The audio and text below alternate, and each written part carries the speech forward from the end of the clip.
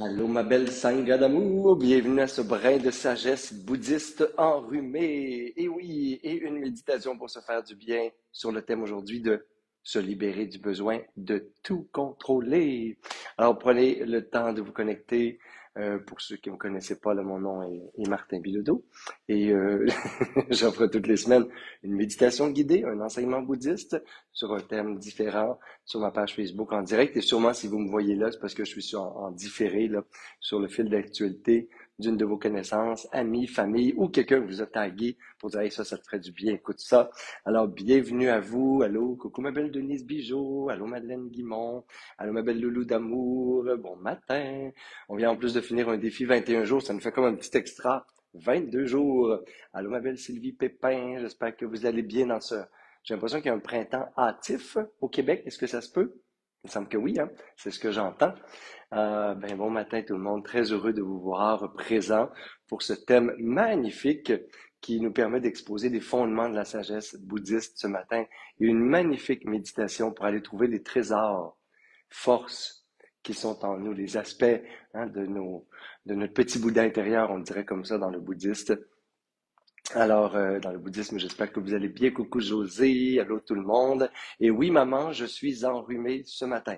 Donc, j'étais avec Ghislaine ici, je vais me connecter, ma mère va tout de suite dire, bon, regarde, il est enrhumé, là. Elle va m'écrire un petit message. Fait que oui, maman, j'ai le rhume. Au Mexique, ça arrive parfois aussi. Alors, j'ai passé la nuit à tousser, avoir un petit rhume. Fait que je suis là pour un bouddhiste enrhumé, urbain, ce matin, avec vous. Alors, ça va être ma voix pour vous guider dans la méditation. Et justement, se libérer du besoin, désir de tout contrôler. C'est un Bouddha à demi-courroucé ce matin parce que, bon, des fois, c'est des enseignements radicaux là, qui nous rentrent dedans. Des fois, c'est des enseignements qui nous font réfléchir. Des fois, c'est juste de la beauté qu'on contemple en nous. Là, c'est un peu tout ça mélangé. Et le besoin de tout contrôler peut se manifester de plein de façons. Mais dans la perspective bouddhiste, le besoin de tout contrôler part de cet aspect de soi qui, justement, inconsciemment souvent, ne fait pas confiance qu'on a tout à l'intérieur. Fait que le besoin de tout contrôler, le besoin de contrôler l'extérieur, c'est vu comme une vision fausse, hein, un manque de sagesse, qui va donner du pouvoir sur les choses extérieures. Et c'est là où je projette hein, mon besoin de réorganiser, planifier et contrôler. Puis il y a des gens qui disent hey, moi, je ne suis pas contrôlant, je ne suis pas contrôlante, je n'ai pas besoin de tout contrôler. Il y a plein de stratégies pour contrôler les autres, l'environnement. Euh, la manipulation, c'en est un. On peut manipuler les autres. On peut se victimiser. C'est une façon d'avoir toute l'attention et de contrôler. On peut se plaindre. Hein? Il y a des gens qui font des plaintes, qui se plaignent à répétition. Dans ce temps-là, ils attirent l'attention, ils contrôlent l'environnement, ils créent des réactions constamment autour d'eux pour que, de façon un peu plus agressive, passive, hein, on réponde à leurs besoins. Et il y a, bien sûr, quand on pense contrôle, on pense peut-être autorité, violence, des gens qui demandent directement ou qui cherchent vraiment à contrôler les autres, prendre le pouvoir sur les autres. Mais ça, c'est un des aspects, voyez-vous, de la prise de contrôle sur l'environnement. Ultimement, tant qu'on n'a pas une confiance totale en soi, c'est la façon bouddhiste de le voir, eh bien, on va chercher à contrôler l'environnement pour combler nos manques intérieurs. Ce n'est qu'une illusion, là. Il n'y a rien qui manque à l'intérieur. C'est ça qui est beau. Dans le bouddhisme, on nous dit, c'est Maya. Maya, c'est l'illusion. On a l'impression qu'il nous manque d'amour, de reconnaissance, d'estime de soi, etc. Mais ce n'est qu'une illusion. À l'intérieur, il n'y a rien qui manque. Il faut juste le retrouver. C'est juste qu'on ne se l'accorde pas à nous-mêmes. Mais potentiellement, c'est là. La sécurité, l'amour, la paix, la joie, c'est l'esprit naturel. C'est déjà là. Et avoir confiance totale, ça nous permet d'être dans le temps présent, sans même anticiper ou donner trop de pouvoir. Il y a même, je lisais cette semaine un livre d'un de mes maîtres qui disait, la confiance n'est que dans le moment présent. Elle ne peut pas appartenir au passé ni au futur. Ça voulait dire, si j'ai confiance, je ne suis que là. J'ai même pas besoin du passé et du futur. J'ai pas besoin de me projeter, je suis en confiance. J'ai pas besoin de savoir ce qui s'en vient, hein, parce que j'ai pas besoin d'être rassuré sur comment vont se dérouler les choses, comment ça va se passer, qui va être là, etc. Fait que le besoin de contrôler aussi, des fois, c'est la quête incessante d'informations pour pouvoir après ça se sécuriser et réagir, souvent en réaction, en anticipation, sur quelque chose qui n'est même pas encore là. Alors, il y a plein de voies de contrôle sur l'extérieur. Ce qu'on fait, c'est qu'on va compenser le manque de maîtrise du soi, le manque de connaissance de soi par le contrôle qu'on projette. Et comme je vous ai dit, le contrôle, c'est tellement plus différent qu'on le pense. Mais il faut sortir de cette vision où on a l'impression que l'extérieur a du pouvoir sur nous. Dans le bouddhisme, tant qu'on redonne notre pouvoir aux autres à l'extérieur, c'est si ça se passe comme ça, je vais être heureux. Si ça se passe demain, je vais être sécurisé. S'il fait ça comme ça, là, je vais être bien. Si telle affaire, si on mange à telle heure. Si, des fois, c'est dans des petites demandes, complaintes, victimisation, des besoins de contrôle que les personnes vont influencer les autres ou l'environnement extérieur, au lieu de revenir à soi. Dans les traditions zen, dans les monastères bouddhistes, on se dépouille de plus en plus des facteurs extérieurs. On dort sur un petit tatami, on a 2 repas par jour, on mange la même chose pendant 21 jours ou 30 jours. Moi, j'ai fait ça quelques fois dans ma vie. Du dalbat le matin, c'est la même affaire qui goûte rien. Et on n'a comme plus rien à contrôler à l'extérieur. On est dans un environnement hyper régi. Au petit coup de gong, au gros coup de gong, on s'en va méditer, on va recevoir des enseignements. C'est la prière. On est en silence pendant un mois. Et il n'y a comme rien d'autre à contrôler. C'est impossible. On n'a pas de cellulaire, pas d'Internet, rien du tout comme source de distraction. Alors, on nous épure notre compulsion de contrôle. Et là, on se rend compte à quel point on a plein de petites... On aimerait, si on pouvait répondre plus à mon besoin, tu sais, t'es 500 dans un ashram, mais si on pouvait comme m'écouter là en ce moment, ou tu sais, j'ai quelque chose à dire, ou il y a telle affaire que j'aimerais ça que ça change. Et c'est là qu'on voit que le besoin de contrôle, c'est pernicieux, c'est pervers. C'est pas juste dire, OK, moi je contrôle ça, puis là je suis quelqu'un de contrôlant dans la vie. Non, c'est constamment vouloir influencer, programmer le monde extérieur, vouloir justement retrouver à l'extérieur le pouvoir que j'ai pas à l'intérieur. Fait que c'est le besoin de changer tout ce qui est là pour s'adapter à mes besoins au lieu de me dire, ben moi, j'ai tout en moi pour être heureux. J'ai tout en moi pour faire face à ce qui est là. La confiance, donc, qui est comme l'opposé de l'insécurité qui donne le besoin de contrôle, c'est de dire, de réaliser, mais pas peut-être commencer par le dire, là, que j'ai tout en moi, mais absolument tout, pour faire face à ce que la vie amène. Pas, tu sais, parce que des fois, les gens, je trouve qu'on rentre dans une pensée magique où on dit, moi, mais ça m'arrive pour telle raison. Non, dans le bouddhisme, en tout cas, je vous le dis comme ça, mes amours, on n'est même pas égocentrique spirituel. C'est pas l'univers qu'on plotte contre nous ou pour nous. L'univers, elle s'en fout un peu de nous. C'est comme ces 8 milliards de petits vers de terre bipèdes, plus des milliards d'autres espèces vivantes, plus les galaxies, plus le fin fond de l'univers en expansion. Martin Bilodeau a très peu d'importance. Tu me mouches déjà? Ben oui. Fait que j'ai pas d'importance. Fait que c'est même pas contre ou pour moi, c'est juste c'est ça. C'est ça.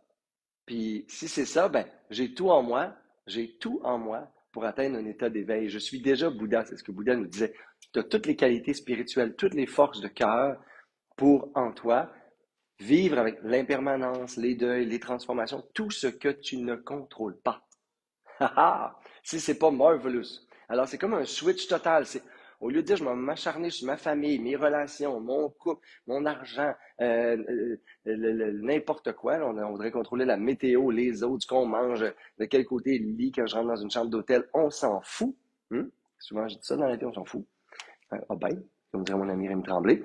J'ai tout en moi pour m'adapter, trouver le bonheur, donner de la joie, revenir sur la compassion, méditer sur l'amour. Tous les facteurs extérieurs sont un laboratoire spirituel pour me permettre de libérer, manifester les qualités d'âme, les qualités d'être qui sont en moi.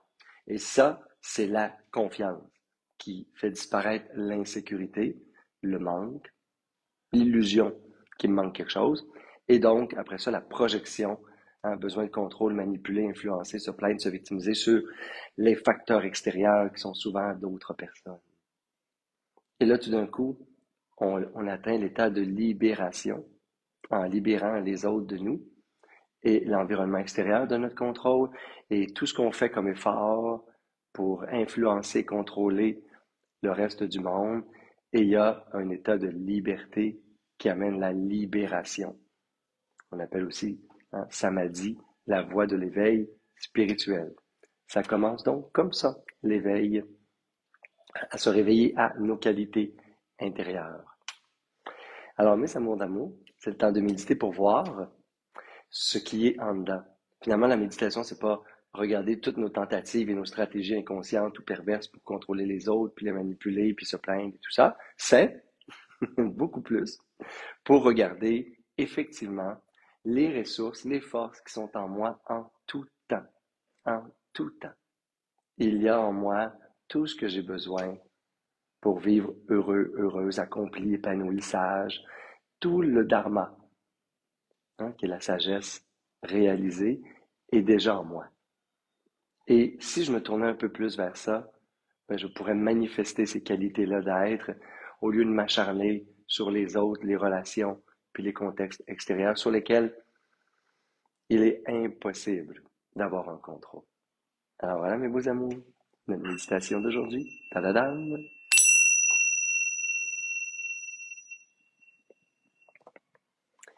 Alors on peut allonger la colonne vertébrale et on va se déposer comme pour aller chercher nos trésors aujourd'hui. C'est comme une chasse au trésor intérieur. C'est ça notre méditation. Quelles sont les qualités en lesquelles j'ai totalement confiance? Quels sont les états d'être que si je sors de mes états des fois d'impuissance ou de victime, ou si je cesse de donner toute l'importance à l'autre, je sais que c'est en moi. C'est l'intention de notre méditation. Les qualités d'être oubliées, des trésors cachés. Qu'est-ce qui est toujours là pour me permettre de vivre heureux et de m'épanouir?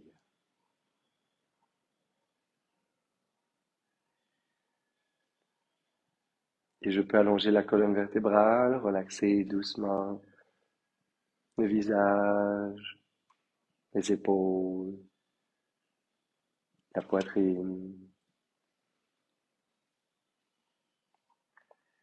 Prendre quelques respirations profondes.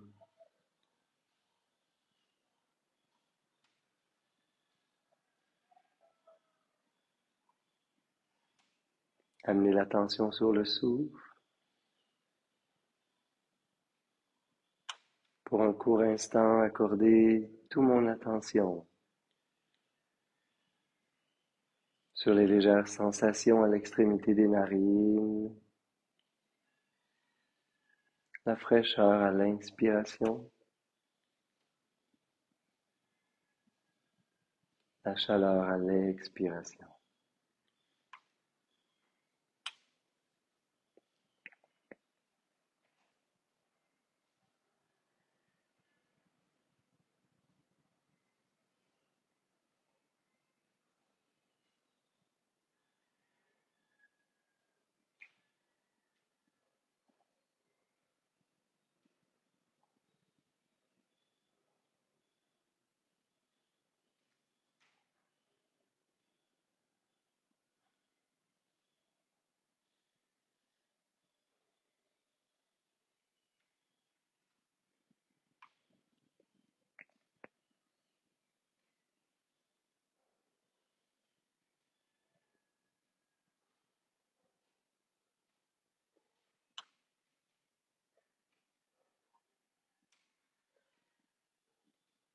Et je peux commencer par prendre conscience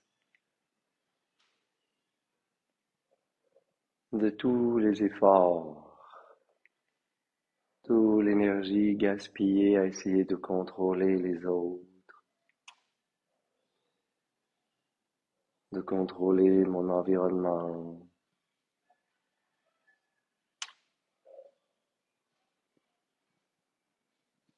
de me sentir peut-être impuissant et impuissante devant les tragédies du monde, mon manque de contrôle sur la société, ce qui m'entoure.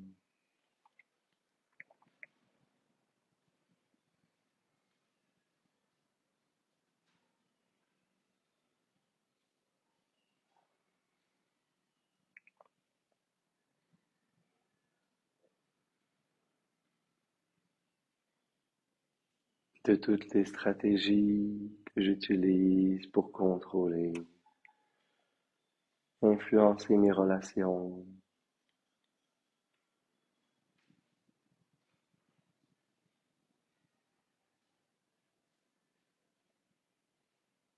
dans cette recherche du bonheur à l'extérieur.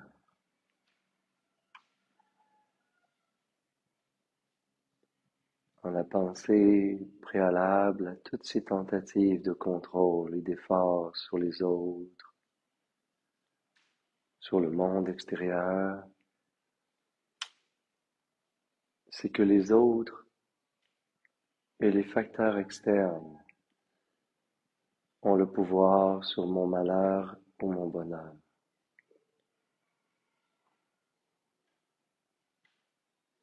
Ce qui, du point de vue bouddhiste, est totalement faux.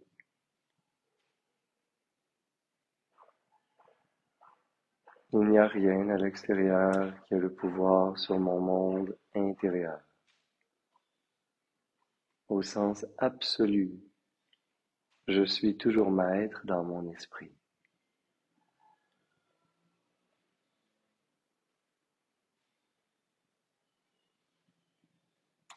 Ultimement, au cours de ma vie, je pourrai découvrir et faire croître toutes les qualités, mes forces,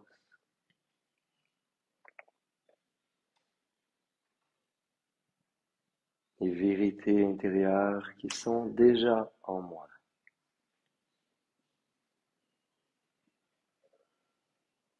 Si je réalisais en ce moment, dans un état de confiance absolue en moi-même, que ces qualités sont toujours là,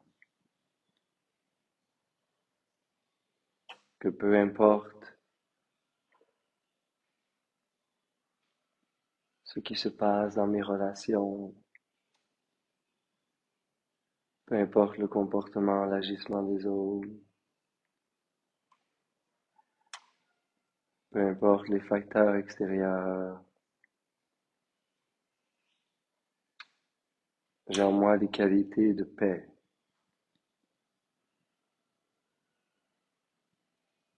j'ai en moi des qualités d'amour et de joie, inébranlables.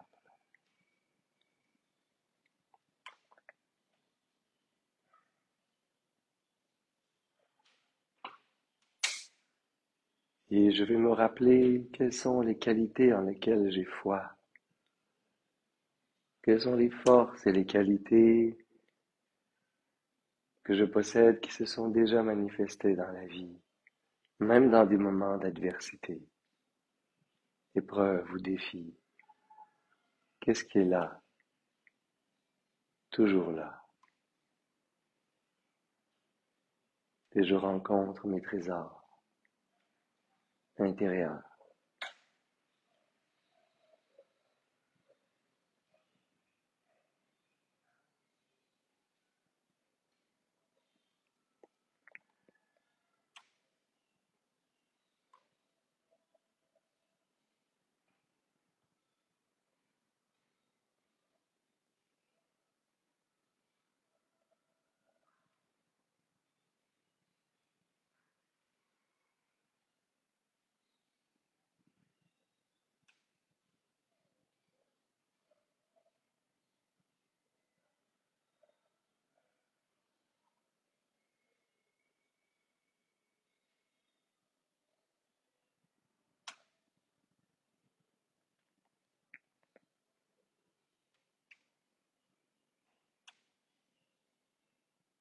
Et je réalise qu'il y a des forces et des états d'esprit positifs, indestructibles en moi,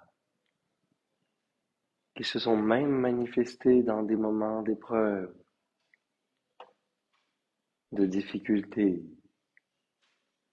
Et je me rappelle ces moments et je ressens ces forces vives en moi, comme si elles étaient là en ce moment, pour me rappeler que tous les contextes extérieurs ne peuvent pas détruire ou diminuer les qualités d'être, mes forces et les sagesses de mon cœur.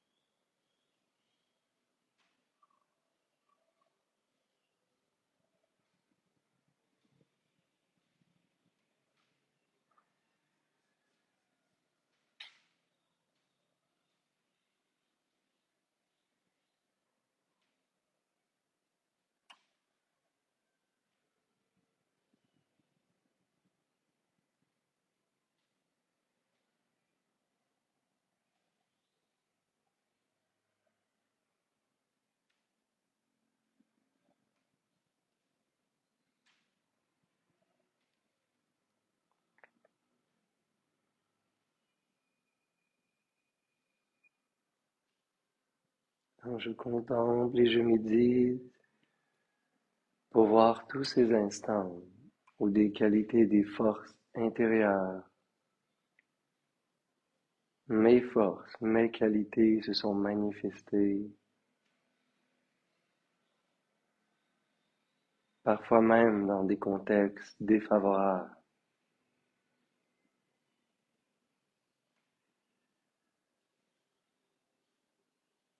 Pour me rappeler que la confiance, c'est de savoir qu'en moi il y a tout pour conserver des états de bonheur, pour retrouver l'équilibre et la paix en toutes circonstances. Je n'ai pas besoin de contrôler les autres. Tout est libre autour de moi.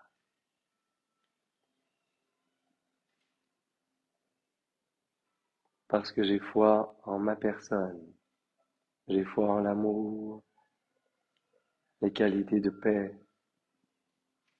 les qualités de joie, de compassion et toutes les sagesses qui sont dans mon cœur, indestructibles comme un joyau.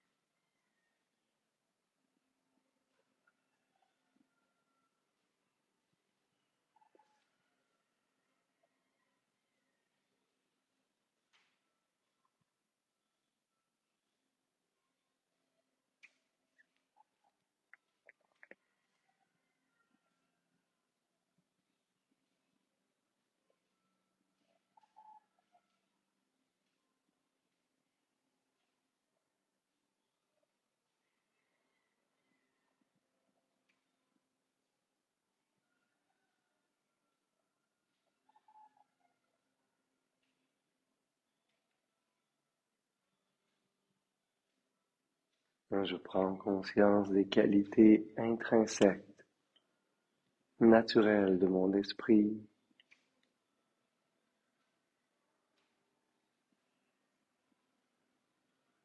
comme des forces qui sont toujours en moi.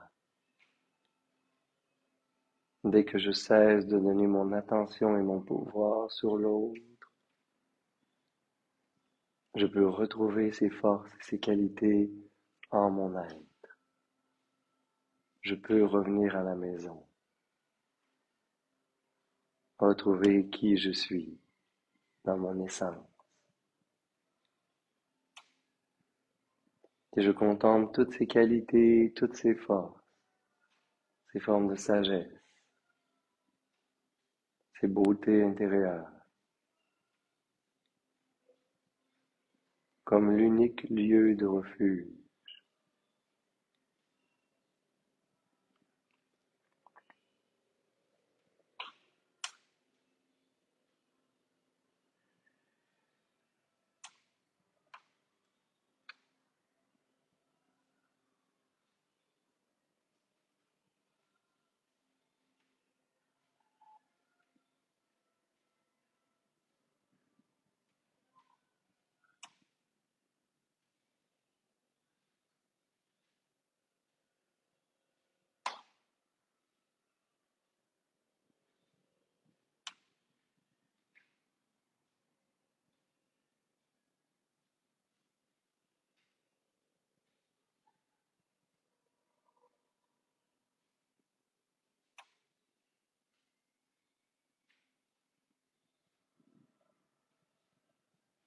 Et je n'ai pas besoin de contrôler les autres.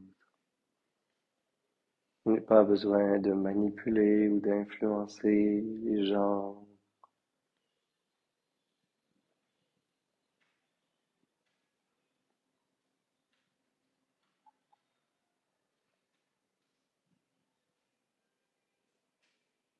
Je cesse de redonner mon pouvoir à l'extérieur de moi. Je retrouve la maîtrise sur mon esprit, toutes les qualités naturelles qui sont en moi,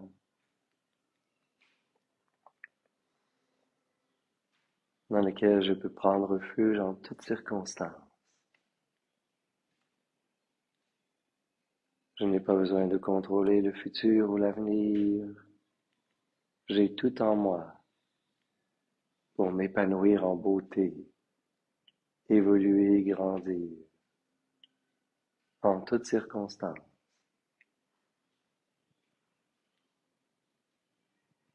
Et je me réjouis des trésors qui sont en moi, des forces, des qualités.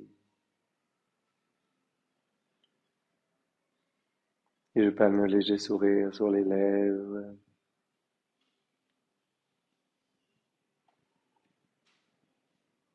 Amener les mains en namasté, les frotter légèrement ensemble.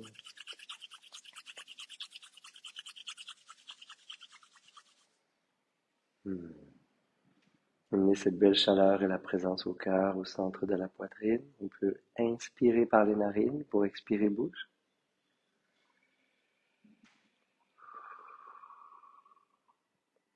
Et inspirer pour faire vibrer le son homme.